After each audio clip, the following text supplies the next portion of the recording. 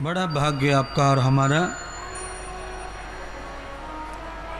ईश्वर के पावन गुणों का, भगवान के पावन लीलाओं का यहाँ वर्णन और श्रवण हो रहा है।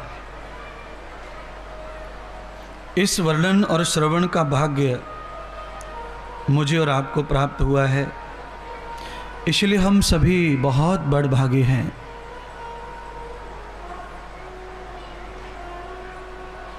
इसलिए हमारे बड़े भाग के लिए हमें अपने आप पे गर्व होना चाहिए।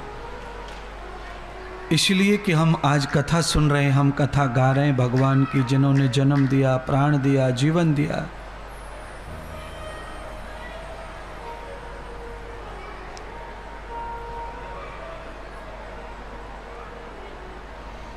परमात्मा पर विश्वास, परमात्मा से मिलाने वाले या परमात्मा से जो कभी मिल चुके या जो भगवान के असीम कृपा पात्र हैं, उनसे मिलने का प्रयास, भगवान पर विश्वास, भगवान के भक्त पर मिल का प्रयास।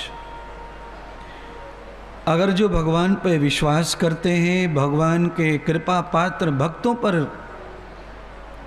उनसे मिलने का हमेशा प्रयास करते हैं, ऐसे लोगों को भगवान अनायास ही मिल जाते हैं। भगवान का मिलन अनायास हो जाता है। इस विश्वास के साथ हम हमेशा काम करें। भगवान सुखदेव जी राजा परीक्षित को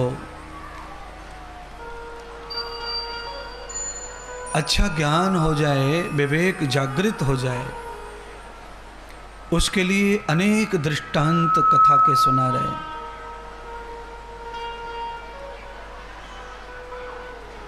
और भागवत कथा से ऐसे चुन चुन के दृष्टांत दे रहे हैं जिससे राजा शीघ्र मुक्ति, मृत्यु के भय से प्राप्त कर लें। वैसे तो भागवत कथा बहुत विशाल है, बड़ी है, 7 दिन में, और वो भी रोज 3 घंटे में कथा गाई जा नहीं सकती। पर महर्षियों का मानना ऐसा है कि जो उत्तम कल्याण करने वाली बातें हैं, जिनसे सरलता से कल्याण हो जाए, समझ हो जाए, उन बातों को कम से कम समाज में कथा के माध्यम से रखना चाहिए।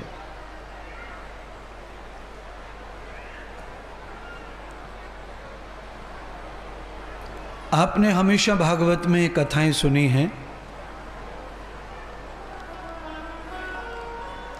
उन कथाओं में एक बड़ी उत्तम कथा होती है, वो उस कथा का नाम है समुद्र मंथन की कथा। इस कथा में भगवान ने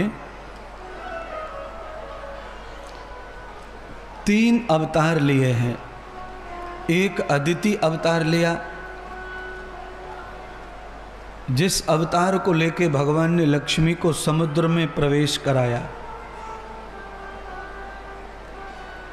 और एक कश्यप अवतार लिया, समुद्र मंथन करने में देवताओं की, दैत्यों की सहायता की, मद्राचल पर्वत को पीठ पर धारण किया, समुद्र का मंथन करवाया। समुद्र से जो भी रत्न, अमृत जो प्राप्त हुआ, वो सब यथार्थ बांट दिया गया। बाद में भगवान ने विश्व मोहिनी रूप धारण करके अमृत देवताओं को पिलाया। अधिकारी दैत्य भी थे अमृत के, क्योंकि दैत्यों ने भी बराबर पुरुषार्थ किया, पर भगवान दैत्यों को अमृत नहीं पिला पाए।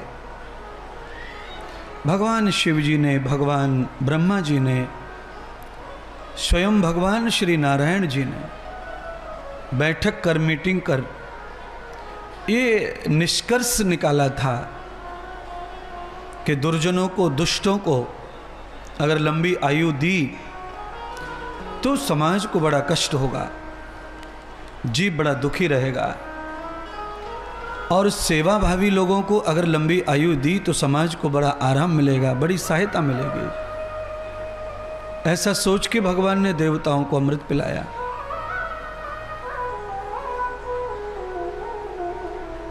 उन्हीं देवताओं के बीच में छल कपट से राहु बैठकर अमृत पी गया।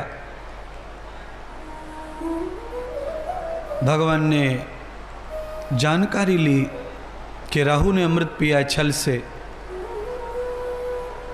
भगवान ने चक्र से उसकी गर्दन काट दी।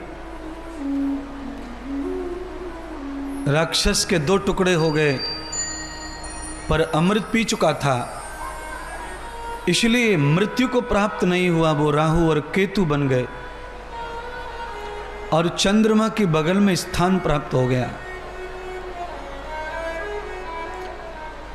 उसी लाइन में, उसी पंक्ति में बहुत सारे राक्षस बैठे थे जिनको अमृत नहीं मिला, और उन्हें पता चला कि हमारे साथ विष्णु ने कपट किया है, छल किया है। उसकी वजह से सभी दैत्य विष्णु से रुष्ट हो गए। विष्णु के एक और दुश्मन थे जिनका नाम है शुक्र आचार्य। सारे दैत्य लोग शुक्राचार्य जी की शरण में गए और उनसे सब बातें बताई। शुक्राचार्य जी ने कहा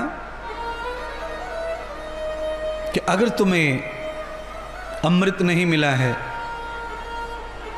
तो बिना अमृत के भी तुम स्वर्ग में रह सकते हो, देवताओं जैसा सम्मान पा सकते हो। राक्षसों ने कहा, गुरुदेव वह उपाय बताओ। वो कौन सा उपाय है?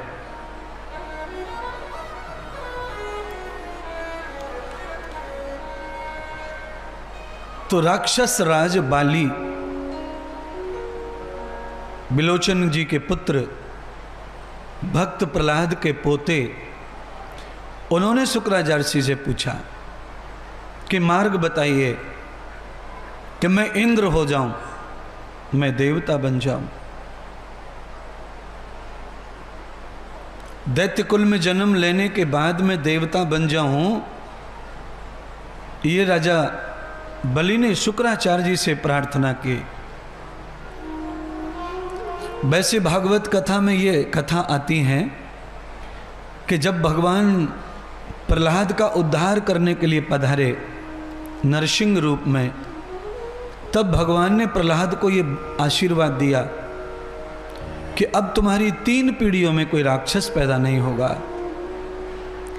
और तुम्हारे पौत्र के घर मैं एक बार फिर पधारूंगा, और जब तुम्हारे पौत्र के घर आऊंगा तब मैं भिक्षा करने आऊंगा तुम्हारे पौत्र के घर। तुम्हारा पौत्र इतना दानी होगा,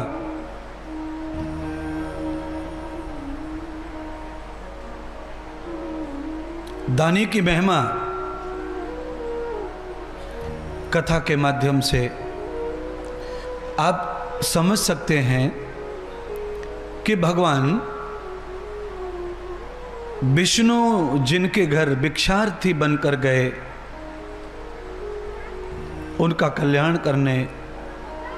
जैसे भजन से कल्याण किसी का हो सकता है, वैसे दान से भी कल्याण हो सकता है, वैसे ही यज्ञ करने से भी कल्याण हो सकता है, वैसे ही निष्काम सेवा करने से भी कल्याण हो सकता है। देखिए, अपनों की सेवा तो हम कर सकते हैं, स्वार्थ बस कि भाई ये मेरी मम्मी है, ये मेरे पिताजी है, ये कहाँ जाएंगे और इन्होंने मुझे कमा के खिलाया है, तो दुनिया क्या बोलेगी अगर मैं सेवा ना करूं। तो हम इस प्रकार के भय से, डर से, लज्जा से सेवा करते हैं, पर इस सेवा का जो फल है वो कल्याण नहीं है। ये सेवा तुम्हारा निजी कर्तव्य है। जिनको हमने कभी देखा नहीं, जिनको हम जानते नहीं, जिनसे हमने कभी कुछ लिया नहीं, जिनसे हमारा किसी प्रकार का कोई संबंध नहीं, उनकी सेवा हमसे अगर हो जाए और वो हमारी सेवा से धन्य हो जाएं, तो हमारा उस सेवा से कल्याण हो जाता है।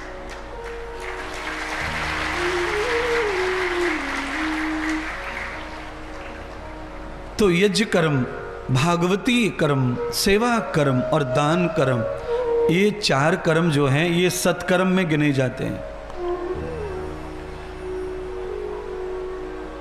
ये सत्कर्म, हम जो भिखारी आते हैं गली में उसको जानते नहीं हैं। कुछ भिखारी ऐसे होते हैं जो कभी कभी आते हैं, उनको अवश्य कुछ दान कर देना चाहिए। जो कभी कभी आते हैं उनके रूप में कभी कभी भगवान भी आ सकते हैं, ऐसा सोचकर।